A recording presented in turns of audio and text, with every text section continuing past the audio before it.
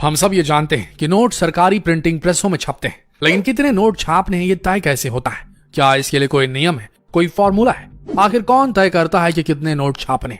इन सवालों के उत्तर अगर आपको नहीं मालूम तो अंधेरे में हैं आप। अर्जेंटीना, जिम्बाब्वे और वेनेजुएला के साथ जो हुआ वो अमेरिका के साथ भी होने वाला है और भारत के साथ भी। जिस तरीके से वेनेजुएला जैसे देश ने एक सीमा से अधिक नोट छापकर अपने देश की इकोनॉमी को बर्बाद कर डाला, वो खतरनाक संकेत दे रहा है। उस देश में इन्फ्लेशन, महंगाई बेहद बढ़ गई है, वहां की करेंसी की कीमत बुरी तरह गिर गई है, कोई वैल्यू नहीं वहां के नोटों की अब। और आप जानकर हैरान रह जाएंगे कि ये ही करतूत खुद अमेरिका ने भी की है 2008 और उसके बियॉन्ड, जिसका असर दुनिया के हर देश और भारत पे भी पड़ने वाला है, क्योंकि हर देश फंड रिजर्व के रूप में डॉलर्स ही जमा करता है। लेकिन दुख की बात है कि इस खबर को कोई भी मेन स्ट्रीम मीडिया दिखा ही नहीं रहा है। शायद इस खबर में उनके लिए इनफ सनसनी नहीं है।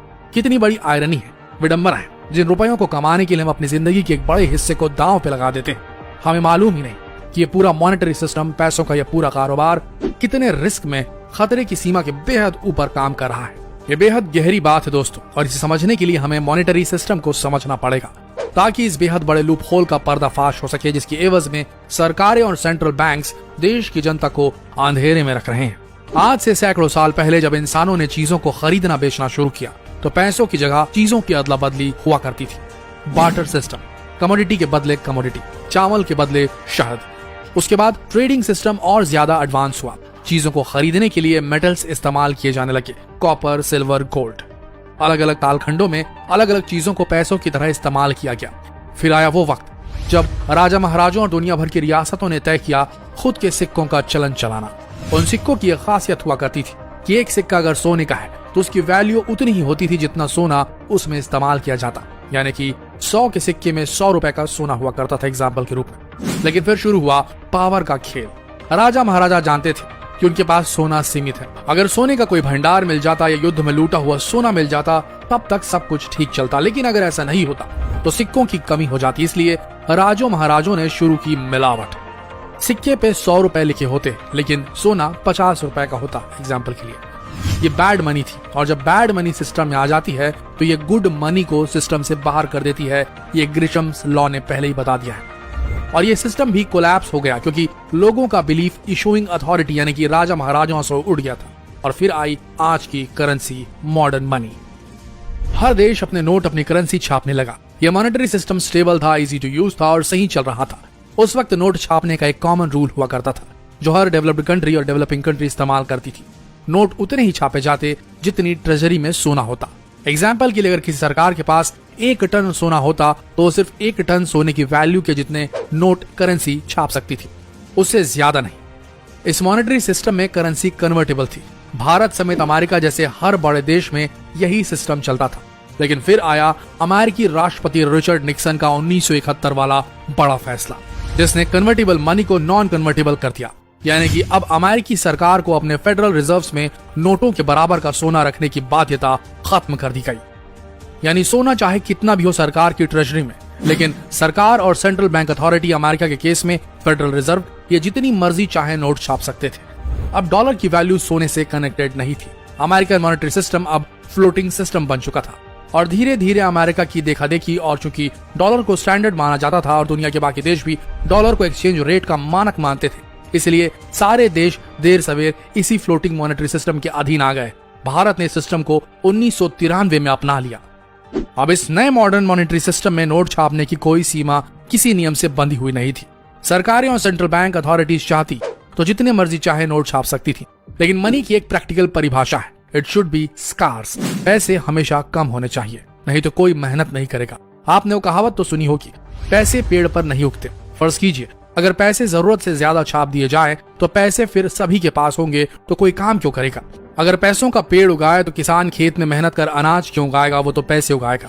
और जब सबके पास भरपूर पैसे होंगे तो फिर खेतों में मेहनत कर अनाज कौन उगाना चाहेगा? पैसा सबके पास होगा लेकिन अनाज नहीं। और फिर सप्लाई एंड डिमांड रूल के आधार पर जिस चीज की कम सप्लाई होगी उसकी वैल्यू बढ़ जाएगी। यानी अनाज की ज्यादा और रुपए की कम। इसे डीवैल्यूएशन ऑफ मनी कहा जाता है, जब करेंसी की परचेसिंग पावर घट जाती है, महंगाई बढ़ जाती है, इन्फ्लेशन बढ़ जाता है। इसीलिए सरकारें एक सीमा से ज्यादा नोट नहीं छापती।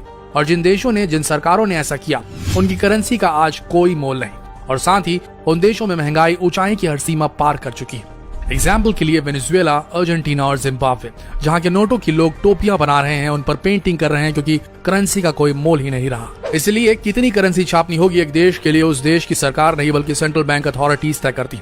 जैसे अमेरिका में फेडरल रिजर्व और भारत में आरबीआई। ये सेंट्रल बैंक अथॉरिटीज सरकारों से ज्यादा बड़ा प्रभाव रखती है, क्योंकि अगर सरकारों के हाथ में डिसीजन छोड़ दिया जाए तो चुनावी कैंपेनों में किए गए अपने वादों को पूरा करने के चक्कर में ये सरकारें एक्स्ट्रा नोट छाप सकती हैं, युद्ध लड़ने के लिए फंड रेज कर सकती हैं, और इससे न सिर्फ देश में इन्फ्लेशन बढ़ जाएगी, महंगाई बढ़ जाएगी, बल्कि हिंसा भी भड़क सकती है। इसीलिए कितने नोट छापने हैं ये सेंट्रल बैंक अथॉरिटीज तय करती है। सरकार इसमें दखल दे सकती है इमरजेंसी सिचुएशंस में, लेकिन सीधे तौर पे नहीं। अब यहाँ एक बहुत बड़ा कैच है, बहुत बड़ा लूप होल है।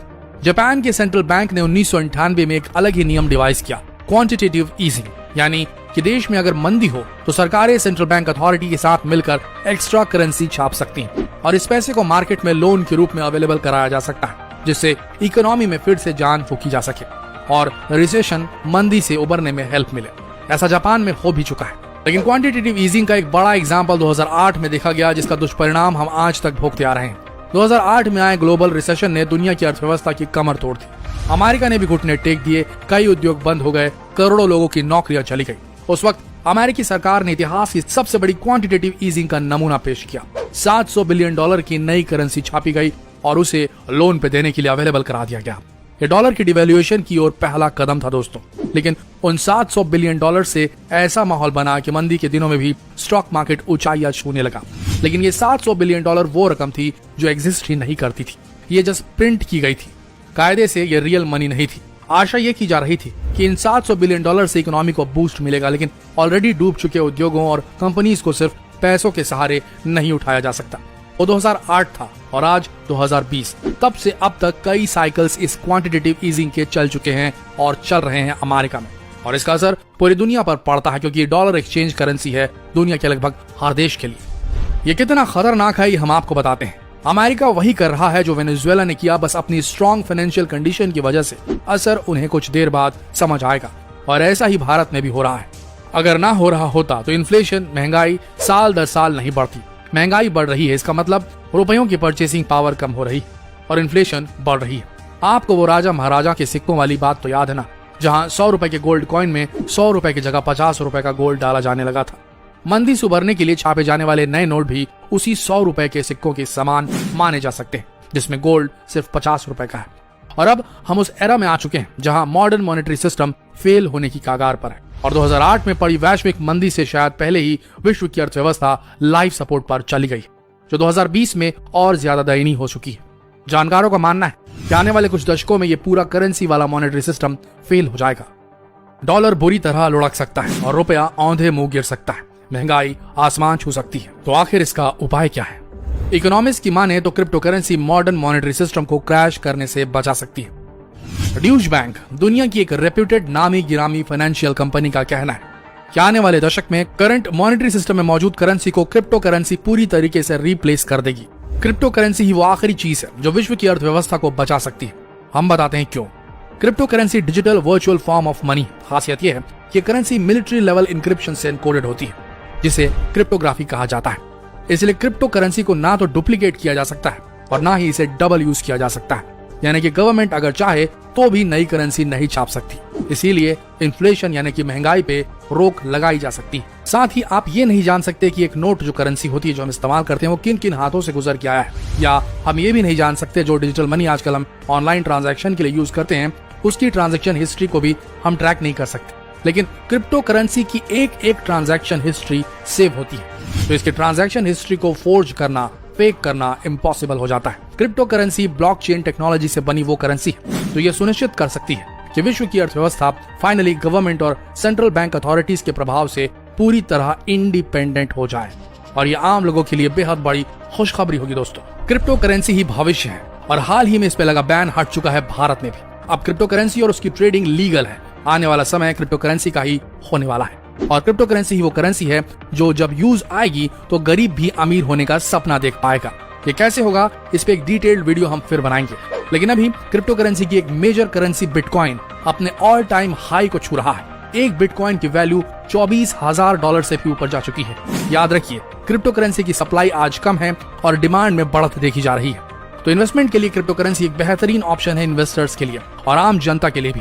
अगर आप भी क्रिप्टो करेंसी में इन्वेस्टमेंट करके अपना भविष्य स्टेबल करना चाहते हैं तो अभी डाउनलोड करें कॉइन स्विच कुबेर ऐप और महज 100 रुपए लगाकर शुरू कीजिए क्रिप्टो करेंसी में investment coin switch Kuber app के साथ, जिसमें आप 100 से भी ज्यादा क्रिप्टो करेंसीज की ट्रेडिंग कर सकते हैं। इंस्टेंट डिपॉजिट और इंस्टेंट विड्रॉल, इंडियन रुपीज से क्रिप्टो करेंसी और क्रिप्टो करेंसी से इंडियन रुपीज ट्रेडिंग करने की बेहतरीन सुविधा।